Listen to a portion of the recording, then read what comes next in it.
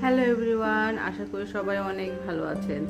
তো আজকে কিছু দুঃখী মানুষের কথা নিয়ে আসলাম। সেসব দুঃখী মানুষকে কিছু কথা বলার জন্য নিয়ে আসলাম।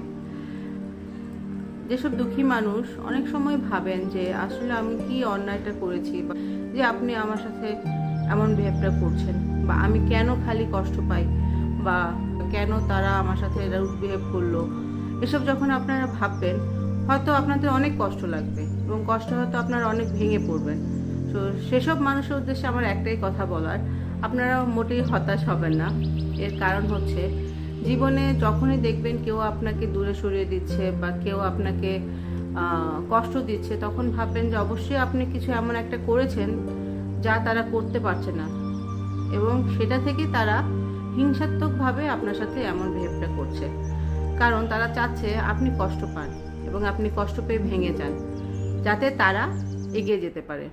আপনি হয়তো অবাক হবেন, বা আপনি যদি খোঁজ নিয়ে দেখেন তাহলে দেখতে পাবেন তারা কিন্তু সবচেয়ে বেশি আপনাকে ফলো করে, তারা সবচেয়ে বেশি আপনার খবর নিয়ে রাখে। কারণ হচ্ছে তারা জানতে চায় আপনি কি করছেন।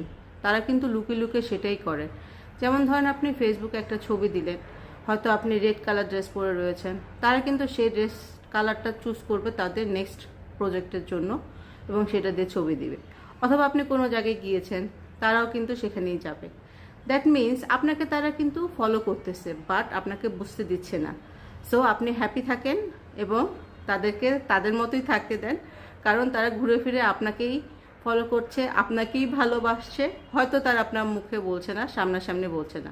তাদের ভালোবাসা যদি নাই বলে, তাতে আপনার কী বা যায় আসবে? কারণ আপনি এমন একজন মানুষ যে কিনা অন্য মানুষদের কাছ থেকে আরও ডাবল ভালোবাসা পাবেন ইনশাল্লাহ।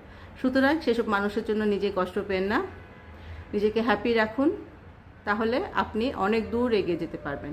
আর যদি আপনি আনহ্যাপি হন, তাহলে কিন্তু তারাই জিতে যাচ্ছে, তাদেরকে কিন্তু জিততে দেওয়া যাবে না। সব সময় নিজের জন্য বেঁচে থাকুন, নিজের কথা শুনুন, মনকে সবসময় প্রায়োরিটি দিবেন।